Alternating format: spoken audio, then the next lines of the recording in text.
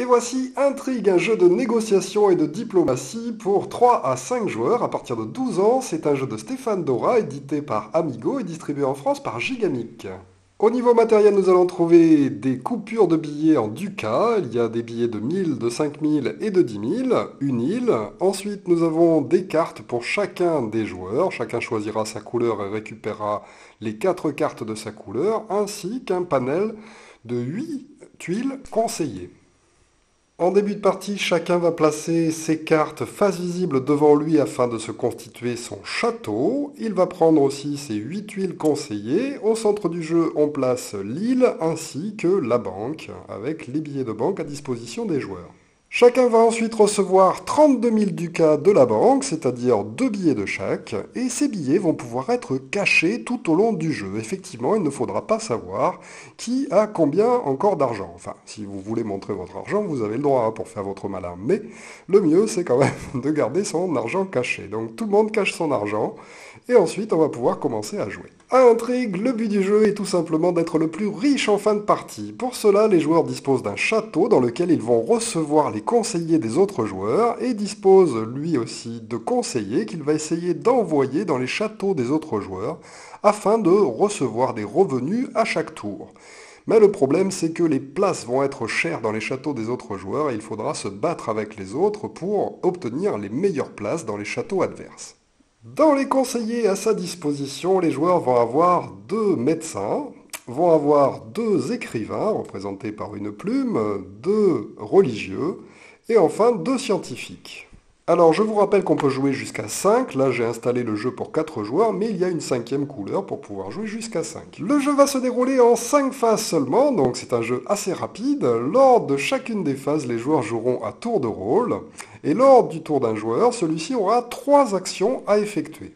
La première action d'un joueur sera d'encaisser des revenus pour les conseillers qu'il aura réussi à placer dans les châteaux adverses. En deuxième, ensuite, il devra accueillir les conseillers des autres joueurs dans son château.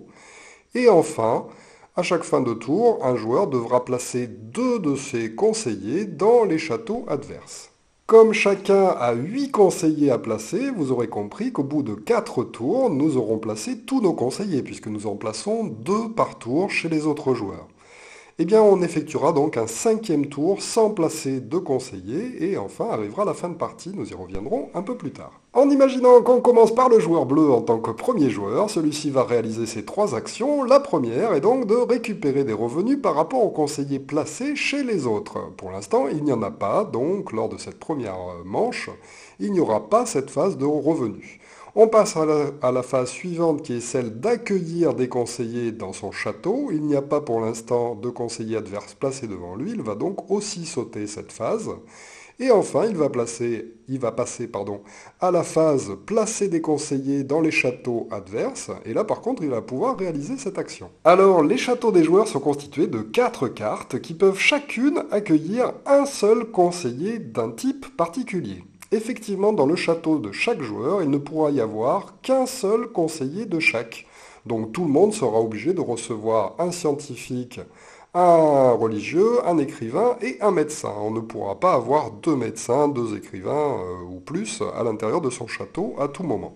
Notre premier joueur, le joueur bleu, va donc pouvoir placer 2 de ses conseillers, soit devant le même château, soit devant 2 châteaux différents. On ne peut jamais placer 2 conseillers dans son propre château.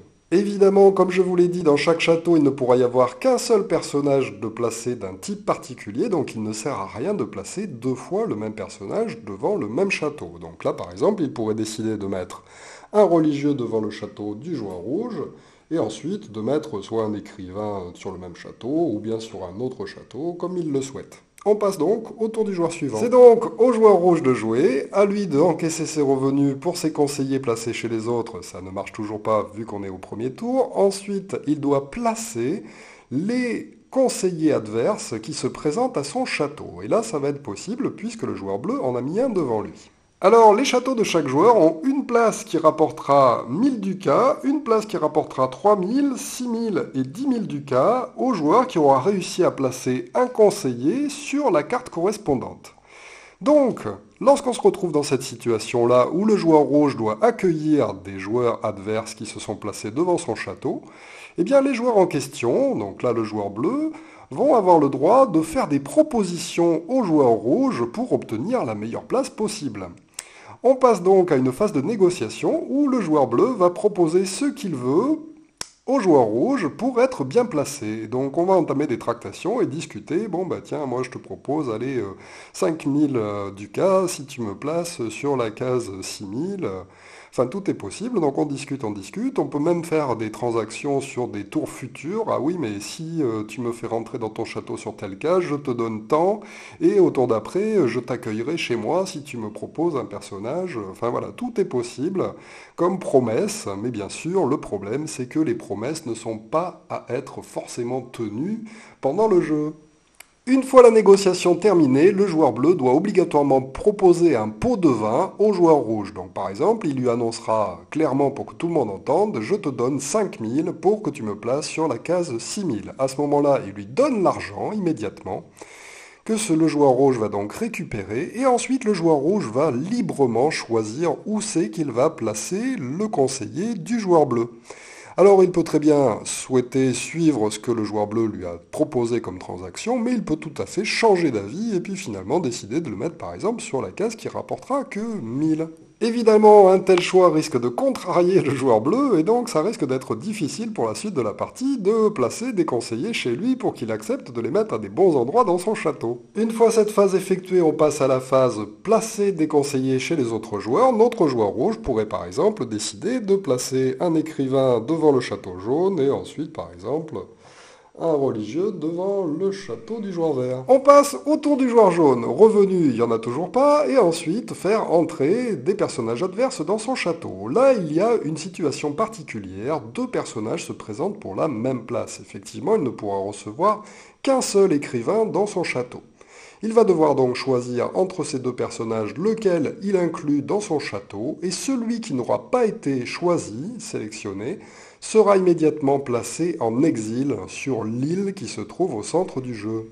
Mais avant ce choix difficile, il va évidemment y avoir une phase de négociation et de pots de vin échangés. Donc on va prendre dans le sens des aiguilles d'une montre, le premier joueur concerné c'est le joueur bleu qui se présente et ensuite le joueur rouge. Le joueur bleu va commencer à faire des transactions avec le joueur jaune. Bien sûr le joueur rouge peut aussi intervenir. Une fois qu'il a fini ses négociations, il va offrir un pot de vin au joueur jaune du montant de son choix et toujours de 1000 minimum pour un placement. Donc il va lui dire, ben, je te propose que ça soit moi que tu choisisses si je te donne par exemple 10 000 et que tu me places sur la case 10 000 de ton château. Il va immédiatement donner cet argent au joueur jaune et ensuite on va passer au joueur rouge qui lui aussi va faire des transactions et lui aussi donner un pot de vin au joueur jaune. Et une fois que le joueur jaune aura reçu les pots de vin des deux joueurs, eh bien c'est là qu'il choisira quel personnage il garde, sur quelle case il le met à son choix et celui qui n'a pas été sélectionné va être placé sur lui. Il pourrait par exemple choisir de mettre le joueur rouge qui lui a offert 10 000 sur 6 000 finalement dans son château et d'exclure le joueur bleu en lui disant oui mais tu en as déjà placé un chez le joueur rouge. Donc vous commencez à comprendre que les inimitiés commencent à se faire autour du jeu. Et ça fait partie du jeu, c'est obligé de se fâcher sur certains trucs, mais il ne faudra pas que vos fâcheries durent trop longtemps, puisqu'au fur et à mesure du jeu, il va quand même falloir réaliser des transactions avec les autres joueurs. Donc en fait, c'est un jeu de fourbe où on n'arrête pas de s'embêter les uns les autres, mais où il faut quand même garder une certaine distance par rapport au jeu, déjà pour ne pas s'engueuler avec les autres joueurs en vrai, et ensuite parce que la suite de la partie va dépendre aussi de votre façon de prendre les choses bien ou mal. Le joueur jaune finit son tour en plaçant des conseillers devant deux châteaux adverses, ensuite on passe au tour du joueur vert, toujours pareil, qui va pouvoir cette fois-ci accueillir les deux personnages qui ont été placés devant lui, car chacun d'entre eux sont d'un type différent. Il va donc réaliser une transaction avec le joueur rouge pour premièrement placer le religieux, et ensuite avec le joueur jaune pour placer le médecin. Et pareil, il choisira sur quelle case il les mettra après avoir reçu les pots de vin des deux joueurs. Le joueur vert place ensuite ses deux conseillers, et on repasse au deuxième tour. Et lors du deuxième tour, évidemment, il va cette fois-ci avoir la première phase, la phase de revenu, qui va rentrer en compte. Donc on commence par le joueur bleu, il a réussi à placer un personnage chez un autre joueur.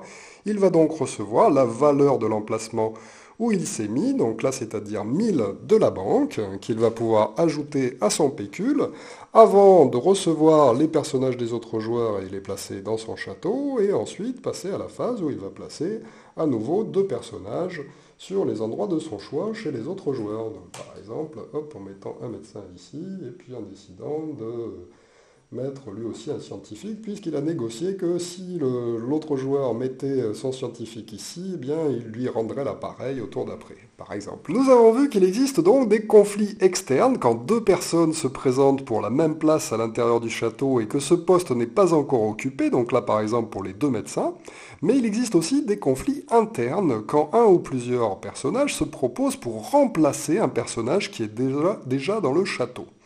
À ce moment-là, ce joueur qui se présente ne pourra que remplacer l'autre pion sur la même case. Donc si jamais il est accepté à l'intérieur du château, il remplacera tout simplement ce personnage et celui-ci sera envoyé en exil sur l'île au centre du jeu.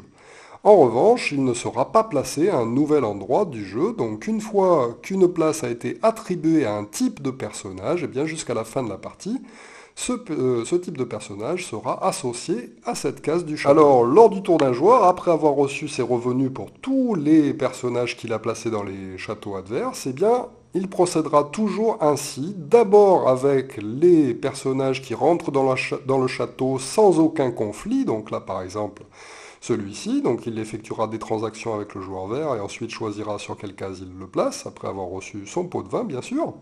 Ensuite on passera au conflit externe, donc d'abord ces 2 joueurs-là donneront chacun leur pot de vin et ensuite il choisira lequel il accueille et lequel il envoie en exil. Et enfin, on fera les conflits internes en réalisant aussi des pots de vin dans le sens des aiguilles d'une montre s'il y a plusieurs joueurs. Donc là, par exemple, ce sera d'abord, en revanche, le joueur qui a la place qui va effectuer sa transaction en premier. Donc là, le joueur bleu va faire d'abord sa proposition et ensuite donner son pot de vin au joueur rouge, et ensuite on passera au joueur jaune. S'il y a plusieurs joueurs qui se présentent pour la même place, eh bien on effectuera les transactions dans le sens des aiguilles d'une montre, après le premier joueur, celui qui est déjà en place. Voilà, en imaginant qu'il décide de rester sympa avec le joueur bleu parce qu'il n'a pas été sympa au premier tour, hop, il exclut le joueur jaune qui part sur l'île déserte, et il finit son tour en plaçant 2 conseillers. On poursuit ainsi le jeu dans le sens des aiguilles d'une montre jusqu'à la fin de la 4e phase. À la 5e phase, les joueurs n'auront plus de personnages à placer devant les châteaux des autres joueurs. Par contre, ils effectueront leur tour en faisant leur revenu et l'entrée éventuelle des derniers personnages qui se trouvent devant leur château. Et une fois que chaque joueur aura effectué ceci, on arrive à la fin du 5e tour. À ce moment-là, chaque joueur va recevoir une dernière fois l'argent, les revenus en fait de chacun de ses conseillers. Et enfin, on va pouvoir comparer l'argent gagné par chacun tout au long de la partie. Celui qui est le plus riche l'emporte. Voilà pour Intrigue, vous l'aurez compris avec ces transactions, ces promesses qu'on est obligé de faire mais qu'on ne peut pas tenir, et puis ces choix cornéliens en fait de vexer l'un ou de vexer l'autre, eh bien Intrigue est vraiment le pire jeu d'enfoiré que je connaisse, à réserver aux joueurs qui sont capables d'oublier tout ça une fois la partie terminée, de se serrer la main et d'oublier toutes les saloperies qu'on a pu se faire pendant le jeu. Le jeu est vraiment constitué pour être obligé de faire des promesses que l'on ne peut pas tenir de toute façon, donc il faut quand même l'annoncer avant d'entamer une partie aux joueurs qui vont se prêter au jeu. De toute façon, ça va être forcément des prises de bec au fur et à mesure du jeu. Voilà, donc un excellent jeu sur le style justement de négociation, diplomatie, tractation, mensonge, à essayer de toute urgence si vous ne le connaissez pas encore. Merci de m'avoir suivi et à très bientôt pour une nouvelle règle de jeu. Au revoir.